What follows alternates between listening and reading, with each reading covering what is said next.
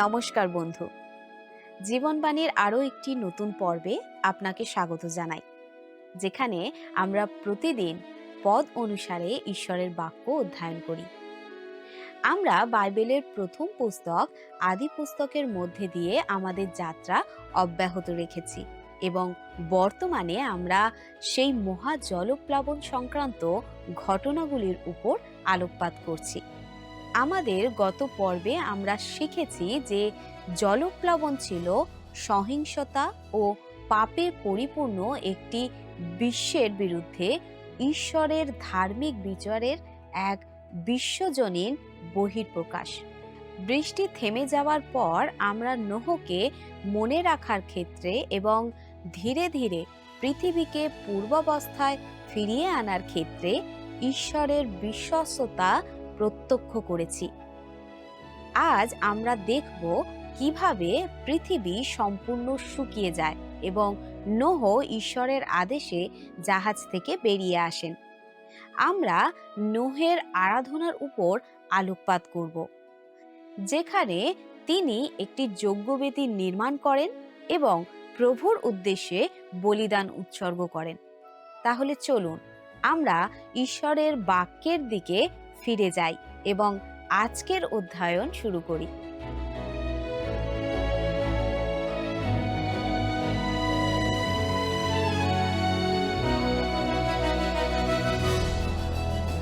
আমাদের এই ধারাবাহিক বাইবেল অধ্যয়নের অনুষ্ঠানে বর্তমানে আমরা আদি পুস্তকের ৮ অধ্যায়ের বিষয়বস্তু নিয়ে আলোচনা করছি। আজকে আমরা ৮ অধ্যায়ে ১৩ পদ থেকে ৯ অধ্যায় ৫ পদ পর্যন্ত আলোচনা করব। আমাদের গত পর্বে আমরা এক ভয়ঙ্কর মহাপ্লাবনের বিষয় দেখেছিলাম। পবিত্র বাইবেল পরিষ্কার করে দিয়েছে যে এই প্লাবন ছিল বিশ্বব্যাপী প্লাবন এবং প্রত্যেকটা জীবজন্তু এই প্লাবনে ধ্বংস হয়েছিল। সমস্ত জীবন্ত বস্তু ধ্বংস হয়েছিল।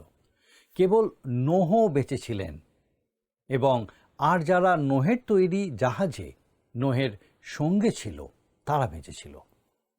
এই প্রসঙ্গে অভিন্নতাবাদীরা মনে করে পৃথিবীতে বর্তমানে যেভাবে ভূতাত্ত্বিক পরিবর্তন ঘটছে, অতীতেও একই রকমভাবে ঘটেছিল আর ভবিষ্যতেও সেই একই রকমভাবে ঘটবে। কিন্তু পবিত্র বাইবেল পরিষ্কার করে জানিয়েছে যে ঈশ্বর হস্তক্ষেপ করেছিলেন। ঈশ্বর নোহকে এবং জাহাজে স্থিত সকল পশু পাখিকে স্মরণ করেছিলেন। তিনি পৃথিবীতে বাতাস পাঠিয়েছিলেন, তাতে জল থেমেছিল।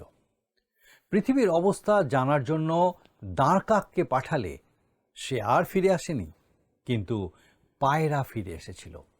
কারণ দাঁড়কাক তার মন্দ স্বভাবের উপযুক্ত আনন্দ পেয়েছিল, কিন্তু পায়রা তা পায়নি, কারণ সে সূচি পাখি। সেই মতো আমাদের মধ্যেও দুটি স্বভাব বিরাজ করে। বিশ্বাসীরা জগতের আনন্দে মেতে থাকে না, তারা প্রভু যীশু খ্রিস্টের কাছে থাকতেই ভালোবাসে। আমাদের জন্য প্রভু যীশুই সেই নোহের জাহাজ। আসুন এখন আমি আদি পুস্তক তার ৮ অধ্যায়ের ১৩ পদটা পাঠ করব, আর আমি চাইব আপনিও আপনার নিজের বাইবেলে আমার সঙ্গে এই পদটা দেখবেন। আদি পুস্তক ৮ অধ্যায়, আসুন ১৩ পদটা আমরা একসঙ্গে পাঠ করি। নোহের বয়সের ৬০১ বৎসরের প্রথম মাসের প্রথম দিনে পৃথিবীর উপরে জল শুষ্ক হইল। তাহাতে নোহ জাহাজের ছাদ খুলিয়া দৃষ্টিপাত করিলেন, আর দেখো ভূতল নির্জল। এখানে যে হিসেব আমরা পাই, সেই হিসাব অনুযায়ী এই মহাপ্লাবনের সময়কাল ছিল ৩৭১ দিন, অর্থাৎ ১ বছরের কিছু অল্প বেশি। আর এর থেকেই প্রমাণ হয় যে এই মহাপ্লাবন সম্বন্ধে শাস্ত্রে যা বর্ণনা করা আছে সেটা একদম সঠিক। এই মহাপ্লাবন ছিল বিশ্বব্যাপী। এটা কোনো পুকুর ভর্তি করার মতো বৃষ্টি ছিল না। এই মহাপ্লাবন সম্বন্ধে আরও অনেক কিছু আবিষ্কৃত হয়েছে, আর সেই প্রসঙ্গে আমি ডক্টর জে.ই. সেলির একটি মন্তব্য আপনাদেরকে শোনাতে চাই। তিনিও এই বিশ্বব্যাপী প্লাবনের পক্ষে, এবং তিনি বিশ্বাস করতেন যে সারা পৃথিবী জলে নিমজ্জিত হয়েছিল। তিনি বলেছেন, এক্ষেত্রে সবথেকে উল্লেখযোগ্য উদাহরণ হলো ম্যামথ।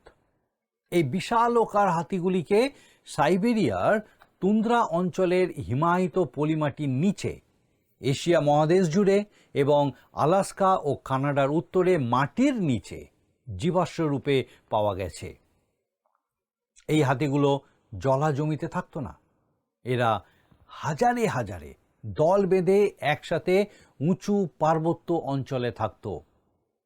তিনি আরও বলেছিলেন যে এই হাতিগুলিকে পরীক্ষা করে দেখা হয়েছিল এবং প্রমাণ হয়েছিল যে তারা সবাই জলে ডুবে মারা গেছিল। তারা যদি শুধু জলে আটকে যেত তাহলে তারা না খেতে পেয়ে মরত, কিন্তু তাদের পেটের মধ্যে খাদ্য পাওয়া গেছিল। যত উত্তরে যাওয়া যাবে তাদের তত বেশি করে পাওয়া যাবে, আর উত্তর সাগরের দ্বীপগুলিতে তাদের হাড়গোড়ের সাথে বাঘের বাঁকানো দাঁত, বড় আকারের হরিণ, গুহাবাসী ভাল্লুক, কস্তুরী বলদ ইত্যাদির হাড়গোড় এবং গাছের কাণ্ড, মাটিতে গাঁথা শেকড় ইত্যাদি একসাথে পাওয়া যাবে। বর্তমানে সেখানে কোনো গাছপালা নেই। কাছাকাছি বনাঞ্চল বলতে প্রায় 1000-2000 কিলোমিটার দূরে বর্তমানে ওই সমস্ত অঞ্চলে বছরে 3 মাস যে সমস্ত গাছপালা হয়, ম্যামথ সেগুলো খেত না। তাদের পাকস্থলিতে যে খাবার পাওয়া গেছিল সেগুলি পাইন গাছের ডালপালা এবং এক ধরনের কাঁটা গাছের ডালপালা। এই ম্যামথগুলো জীবন্ত কবরপ্রাপ্ত হয়েছিল যখন সেই সব মাটি খুবই নরম ছিল। তারপরে হঠাৎ তাদের দেহ এবং সেই সমস্ত পলিমাটি বরফে জমে যায়, আর সেই জট বাঁধা অবস্থা কখনো গলে যায়নি, কারণ তাদের শরীরে কোনো পচন ধরেনি। আপনি হয়তো জানেন, ম্যামথের দাঁত প্রায় 1000 বছর ধরে লন্ডনের বন্দরে বিক্রি হতো। ন্যাচারাল হিস্ট্রি মিউজিয়াম লন্ডনের বন্দর থেকে মাথা সমেত ম্যামথের দাঁত ক্রয় করেছিল। এই মাথা একদম টাটকা ছিল, লোমগুলো একটুও নষ্ট হয়নি। এই মহাপ্লাবন যে বিশ্বব্যাপী ছিল এই সম্বন্ধে এখনও যদি আপনার কোনো রকম সন্দেহ থাকে, তাহলে আরও অনেক প্রমাণ আছে যা আপনাকে এই বিষয়ে নিশ্চিত হতে সাহায্য করবে। আসুন এখন আমরা পাঠ করি আদিপুস্তক 8 অধ্যায়, তার 18 আর 19 পদ। 18 আর 19 পদ। তখন নোহ আপনার পুত্রগণ এবং আপনার স্ত্রী ও পুত্রবধূগণকে সঙ্গে লইয়া বাহির হইলেন, আর স্ব জাতি অনুসারে প্রত্যেক পশু, সরীসৃপ, জীব ও পক্ষী, সমস্ত ভূচর প্রাণী জাহাজ হইতে বাহির হইল। এইবার ঈশ্বর নোহর সাথে নিয়ম স্থির করবেন।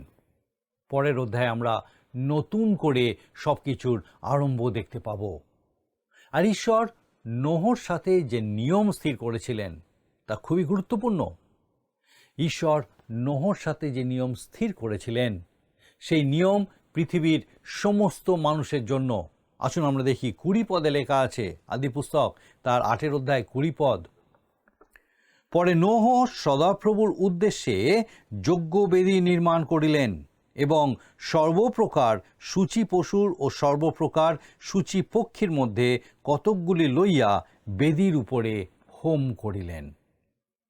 এখন আপনি বুঝতে পারছেন যে নোহ কেন সূচি পশু 7 জোড়া করে নিয়েছিলেন এবং অসূচি পশু 1 জোড়া করে নিয়েছিলেন। তিনি সেই সূচি পশু নিয়ে ঈশ্বরের উদ্দেশ্যে উৎসর্গ করে বলি দিচ্ছেন। জাহাজ থেকে নেমে নোহ প্রথম যে কাজটা করেছিলেন সেটা হলো ঈশ্বরের উদ্দেশ্যে একটা বেদী তৈরি করেছিলেন, আর সেই বেদীতে বলিদান উৎসর্গ করেছিলেন। এটা ছিল হোম বলি। হোম বলি প্রভু যীশু খ্রিস্টের কথাই বলে। ঈশ্বরের দৃষ্টিতে গ্রাহ্য হলে, ঈশ্বরের প্রশংসা করার জন্য এই হোম বলি উৎসর্গ করা হয়। নিঃসন্দেহে বলা যায় যে এই বলি উৎসর্গ করার মাধ্যমে নোহ ঈশ্বরকে খুবই সন্তুষ্ট করেছিলেন।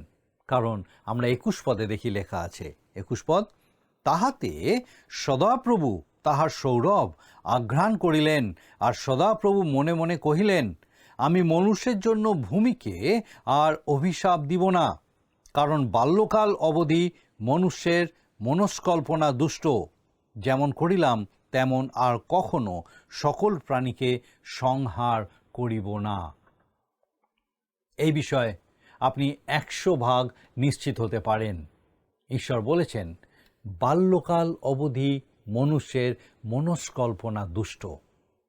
আপনি একবার নিজের যৌবনকাল সম্বন্ধে ভেবে দেখুন, আপনার কল্পনা মন্দ ছিল কি? আমাদের সমকালীন সময় দেখেছি যুবকেরা বিদ্রোহী হয়েছে, তারাও একই পথে গেছে। যুবক বয়সে তরুণ হৃদয়ে মানুষের যে কল্পনা তা সবসময় মন্দ, তার কোনো পরিবর্তন হয়নি। একজন বাইবেল শিক্ষক বলছিলেন, তিনি একবার সন্ধ্যাবেলায় একটা হাসপাতালে পরিদর্শন করতে গেছিলেন। বিছানার পাশের পর্দা টেনে দেওয়া হয়েছিল, তবে বাইরে থেকে শোনা যাচ্ছিল একজন রোগী তার স্বামীর সাথে কিভাবে কথা বলছিলেন। মনে হচ্ছিল তাদের মধ্যে প্রতিযোগিতা চলছে খারাপ কথা বলায় কে কাকে হারাবে। দুজন মানুষের মধ্যে যে এই রকম অশ্লীল কথাবার্তা চলতে পারে সেটা আমি কল্পনাতেও ভাবিনি। এটা ঠিক যে ছোট থেকে মানুষের হৃদয় এবং হৃদয়ের কল্পনা শুধুই মন্দ। আসুন আমরা দেখি 22 পদে কি লেখা আছে। আদিপুস্তক 8 অধ্যায় 22 পদ, যাবৎ পৃথিবী থাকিবে তাবৎ শস্য বপনের ও শস্য ছেদনের সময়, এবং শীত ও উত্তাপ, এবং গ্রীষ্মকাল ও হেমন্তকাল, এবং দিবা ও রাত্রি, এই সকলের নিবৃত্তি হইবে না। অনেকে মনে করে থাকে যে পৃথিবীতে এত বৃষ্টি হয়েছিল এবং সেই বন্যা এত প্রবল ছিল যে পৃথিবী কাত হয়ে পড়েছিল। আপনি জানেন যে পৃথিবী তার অক্ষের উপরে একদম সোজা অবস্থায় নেই। আপনি ভাবতে পারেন যে আমরা কেন্দ্র থেকে দূরে আছি। আমরা যে কেন্দ্রের উপর আবর্তিত হচ্ছি তা চৌম্বক কেন্দ্রের থেকে পৃথক। কোথাও না কোথাও কিছু একটা হয়েছিল যার জন্য এই অক্ষরেখা সরে গেছে, এবং অনেকে মনে করে সেটা এই মহাপ্লাবনের ফলেই হয়েছিল। আর পৃথিবী এইভাবে তার অক্ষের উপর বাঁকাভাবে আবর্তিত হওয়ার জন্য আমাদের বিভিন্ন ঋতুর পরিবর্তন ঘটে।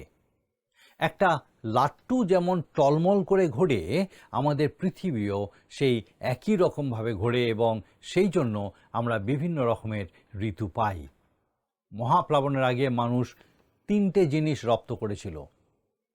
ঈশ্বরের বিরুদ্ধে বিদ্রোহ বাস্তবে রূপায়িত হয়েছিল, ঈশ্বরের প্রকাশ প্রত্যাখ্যাত হয়েছিল, নোহর প্রচার তাদের কাছে পৌঁছায়নি, আর অনুতপ্ত হওয়া সম্পূর্ণরূপে অস্বীকৃত হয়েছিল। কেউই ঈশ্বরের কাছে ফিরে আসেনি। ঈশ্বরের দেওয়া আশ্রয়স্থল তারা গ্রহণ করেনি। 120 বছর এই সুযোগ থাকলেও একজনও পাল্টায়নি। এই 3টি বিষয় তারা রপ্ত করেছিল।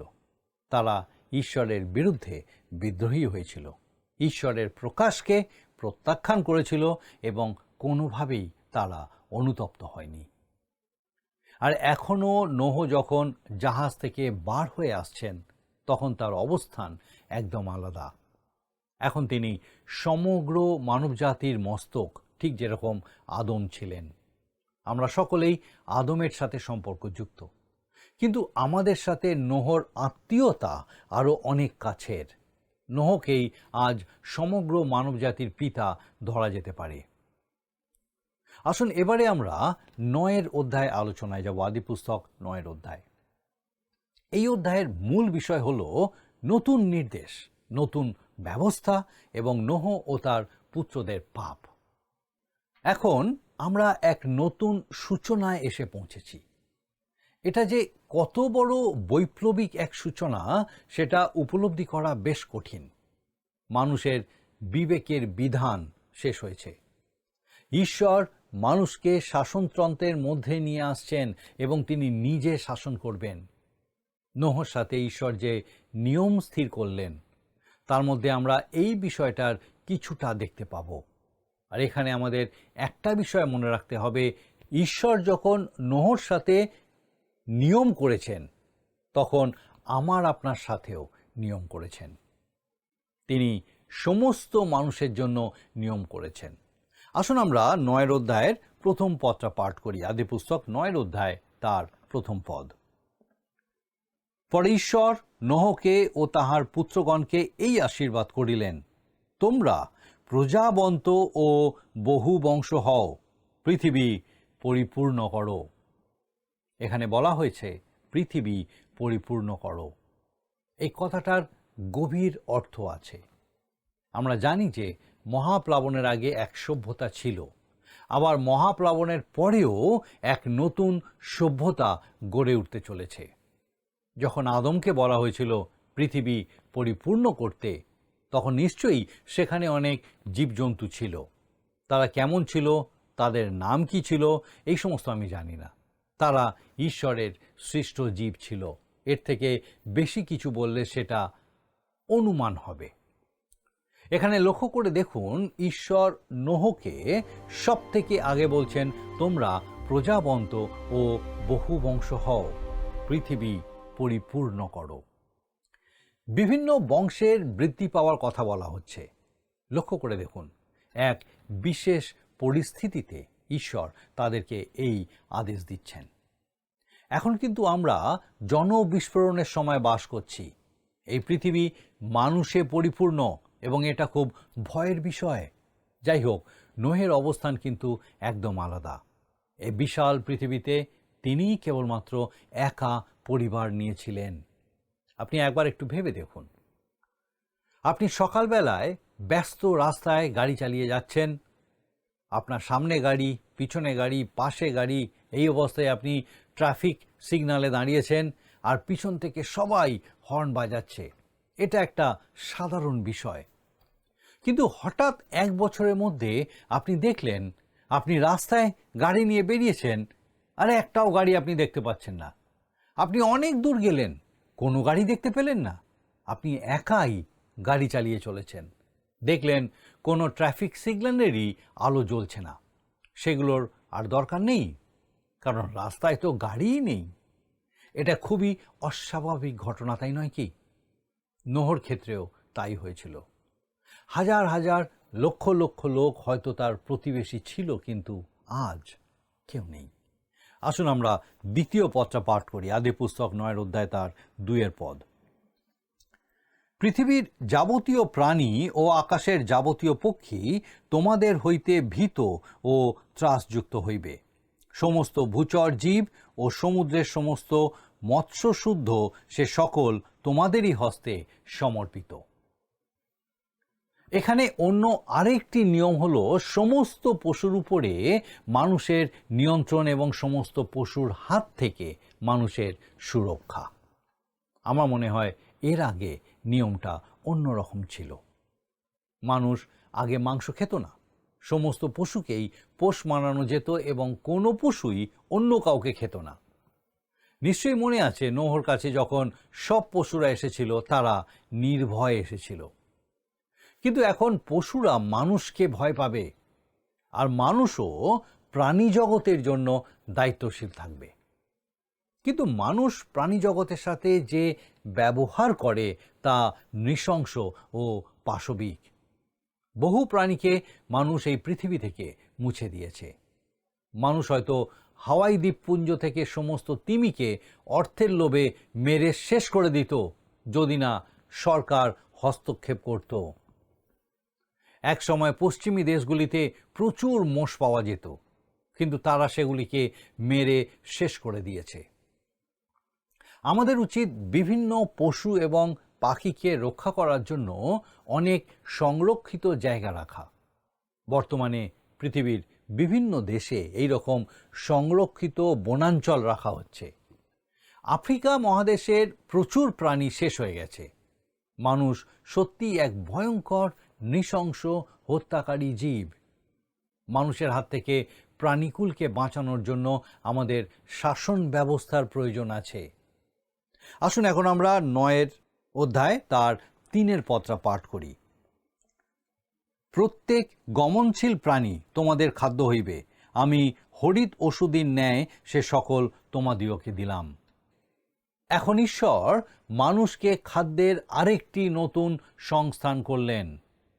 মহাপ্লাবনের আগে ঈশ্বর মানুষের খাদ্যের জন্য সবুজ গাছপালাই রেখেছিলেন, যেন তারা সেই সমস্ত গাছের ফলমূল খেতে পারে। এখন তিনি নোহকে বলছেন সে মাংস খেতে পারে। অনেকেরই খাদ্য নিয়ে অনেক বাছবিচার আছে এবং সেটা তার ধর্মের অংশে পরিণত হয়ে যায়। একবার এক ভদ্রলোক কথা প্রসঙ্গে তার এক সহকর্মীকে বলেছিলেন যে মহাপ্লাবনের আগের যুগে সমস্ত জীবজন্তু এমনকি মানুষও নিরামিষাশী ছিল। এই কথা শুনে ভদ্রমহিলা খুব খুশি হয়েছিলেন, কারণ সে তার ধর্মের কারণে নিরামিষাশী ছিল। সে যখন তার নিরামিষাশী অভ্যাসের পক্ষে জোরালো যুক্তি তৈরি করে রাখার জন্য বিষয়টাকে নোট বইতে লিখতে যাচ্ছিলেন, এমন সময় ভদ্রলোক তাকে বললেন, তবে এতে বেশি উৎফুল্ল হওয়ার কোনো কারণ নেই, কারণ সেই মহাপ্লাবনে অধিকাংশ নিরামিষাশী জীবজন্তুর মৃত্যু হয়েছিল। যদি খাদ্যাভ্যাস তাদেরকে উন্নত করতে পারত, তাহলে তারা সবাই মারা পড়ত না। এই কথা শোনার পরে সেই ভদ্রমহিলা খুব নিরাশ হয়ে পড়েছিলেন। যাই হোক, আমরা জানতে পারলাম যে ঈশ্বর মানুষকে এখন মাংস খাওয়ার অনুমতি দিলেন, কিন্তু রক্ত খাওয়ার অধিকার দেননি। আসুন দেখি 4 পদে লেখা আছে, আদিপুস্তক 9 অধ্যায় তার 4 পদ। কিন্তু সপ্রাণ অর্থাৎ সরক্ত মাংস ভোজন করিও না। রক্তকে নিংড়ে ফেলে দিতে হবে। রক্ত প্রাণের পক্ষে কথা বলে। সেটা বার করে দেওয়ার অর্থ হলো প্রাণী হত্যা করার পদ্ধতিটা নির্মম হয় না, অন্যথায় তার অনেক কষ্ট হবে। শুধু তাই নয়, রক্ত না থাকলে তার মধ্যে প্রাণের চিহ্নও থাকবে না। সুতরাং ঈশ্বর যেটা নিশ্চিত করতে চাইছেন সেটা হলো হত্যা যেন নির্মম না হয় এবং রক্তসহ মাংস যেন খাওয়া না হয়। আসুন এরপর 5 পদটা পাঠ করি, 9 অধ্যায় 5 পদ। আর তোমাদের রক্তপাত হইলে আমি তোমাদের প্রাণের পক্ষে তাহার প্রতিশোধ অবশ্য লইব, সকল পশুর নিকটে তাহার পরিশোধ লইব, এবং মনুষ্যের ভ্রাতা মনুষ্যের নিকটে আমি মনুষ্যের প্রাণের পরিশোধ লইব। এটা একটা আকর্ষণীয় বিবৃতি, কিন্তু আমাদের মধ্যে যারা সীমান্তে বাস করে না তাদের কাছে এটা ততটা অর্থপূর্ণ নয়।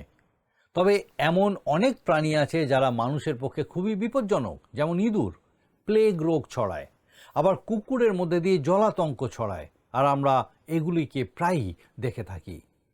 তবে মূল বিষয় হলো ঈশ্বর মানুষকে রক্ষা করার ব্যবস্থা করেছেন যেন মানুষ মানুষকে হত্যা না করে, পশুরাও যেন মানুষকে হত্যা না করে।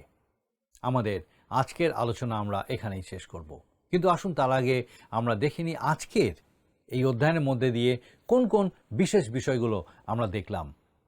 মহাপ্লাবন বিশ্বব্যাপী হয়েছিল এবং তাতে জগতের তৎকালীন সমস্ত জীবজন্তু হত হয়েছিল। জাহাজ থেকে নামার পর নোহ ঈশ্বরের উদ্দেশ্যে বেদি তৈরি করেছিলেন এবং সেখানে হোম বলি উৎসর্গ করেছিলেন। মহাপ্লাবনের পর পৃথিবী তার অক্ষের উপরে বাঁকাভাবে ঘুরতে শুরু করে এবং পৃথিবীতে ভিন্ন ভিন্ন ঋতুর আবির্ভাব ঘটে। ঈশ্বর নোহর সাথে নতুন নিয়ম স্থির করলেন, তাদেরকে বহুবংশ ও প্রজাবন্ত হওয়ার আশীর্বাদ করলেন, বললেন পৃথিবী পরিপূর্ণ করো। মানুষের জন্য বিবেকের বিধান আর থাকলো না, ঈশ্বর তাকে অনুশাসনের মধ্যে আনলেন। সমস্ত প্রাণী জগতের উপরে মানুষের নিয়ন্ত্রণ এলো এবং তারা মানুষকে ভয় পেতে শুরু করলো। ঈশ্বর মানুষের সুরক্ষা নিশ্চিত করলেন। ঈশ্বর মানুষের খাদ্যের নতুন সংস্থান করলেন, তাদের মাংস খাওয়ার অনুমতি দেওয়া হলো। তবে সপ্রাণ বা রক্তসহ মাংস ভক্ষণ নিষিদ্ধ করলেন যেন পশু হত্যা নির্মম না হয়। আসুন এখন প্রার্থনায় যাব, আর আমি চাইব আপনি আমার সঙ্গে প্রার্থনায় যোগ দিন। আসুন প্রার্থনা করি। করুণাময় স্বর্গীয় পিতা, ধন্যবাদ দিই প্রভু, আজকে আরেকবার তোমার জীবন্ত বাক্যের সান্নিধ্যে আসার সুন্দর সুযোগ তুমি আমাদেরকে দিয়েছো। ধন্যবাদ দিই আমাদের সেই প্রত্যেক দর্শক বন্ধুর সঙ্গে পিতা, বিশেষভাবে তোমার এই জীবন্ত বাক্য দ্বারা তুমি কথা বলেছো। প্রার্থনা করি আমাদের সেই প্রত্যেক দর্শক বন্ধু, তাদের পরিবার পরিজন প্রত্যেককে তোমার পবিত্র আত্মার পরাক্রমে সুস্থ রাখো, সুরক্ষিত রাখো। হয়তো পিতা এই মুহূর্তে এমন অনেকে আছেন যারা হয়তো অসুস্থ এবং পিতাকে বিশ্বাসে স্থির যে প্রভু তুমি তাদেরকে আরোগ্য করতে সমর্থ। প্রার্থনা করি প্রভু তোমার সে অনুগ্রহের হাত তাদের শরীরে তুমি বাড়িয়ে দাও, স্পর্শ করো, যেন তোমার আরোগ্যতা তাদের শরীরে তারা উপলব্ধি করে তোমার গৌরব করতে পারে। প্রভু কৃপা করো, সে প্রত্যেক পরিবারকে তোমার শান্তি আনন্দে পূর্ণ করো। যদি কেউ পারিবারিক কারণে বিভিন্ন রকম অশান্তিতে হয়তো ভুগছেন, স্বর্গীয় পিতা প্রার্থনা করি তোমার উপস্থিতির সহভাগিতায় সেই পরিবারকে পূর্ণ করো, যেন তারা তোমাকে দেখতে পায়, তোমার শান্তি তোমার আনন্দে পূর্ণ হতে পারে পিতাগো, এবং সেই সমস্ত অশান্তি যেন দূর হয়। প্রভু তুমি রক্ষা করো আমাদের প্রত্যেক দর্শক বন্ধু, তাদের পরিবার পরিজন প্রত্যেককে তোমার পবিত্র আত্মার সুরক্ষায় সুরক্ষিত রাখো, তোমাতে স্থির রাখো। তোমার যিশু নামে ভিক্ষা দয়া করে শ্রবণ ও গ্রহণ করো, আমেন।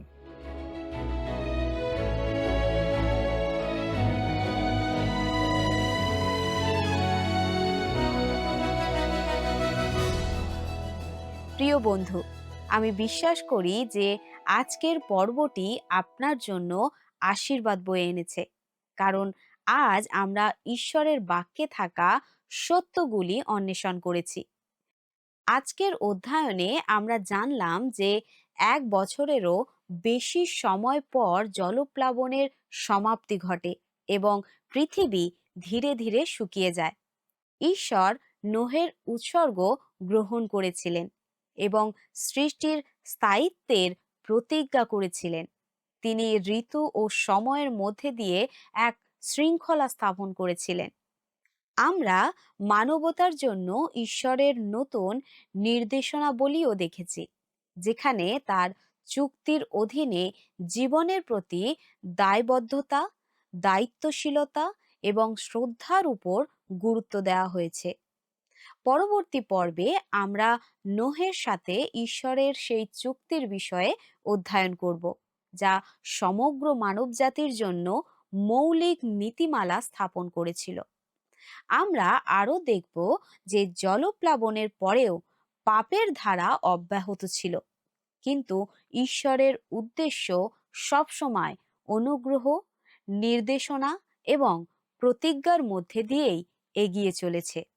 সেই পর্যন্ত পূর্ণ হৃদয়ে ঈশ্বরের বাক্য অধ্যয়ন করতে থাকুন। পরবর্তী পর্বে আপনার সাথে পুনরায় দেখা হওয়ার অপেক্ষায় রইলাম। ঈশ্বর আপনার মঙ্গল করুক। নমস্কার। প্রিয় বন্ধু, আসুন আমরা আজকের প্রশ্ন উত্তরে আসি। গত সপ্তাহের প্রশ্নের উত্তর অপশন ডি, 40 দিন। আজকের প্রশ্ন, নোহ জাহাজের ছাদ খুলে যখন দেখলেন ভূতল নির্জল, তখন তার বয়স কত ছিল? অপশন এ 120 বছর, বি 600 বছর, সি 930 বছর, ডি 601 বছর।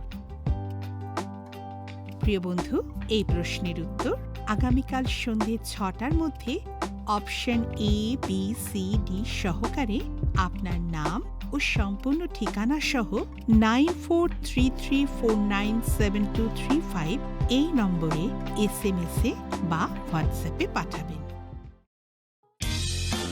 যদি আপনার এই অনুষ্ঠান ভালো লেগে থাকে, তাহলে এই নম্বরে একটি মিসড কল করুন। তাহলে আপনি পরের বারে বিজয়ী হতে পারেন।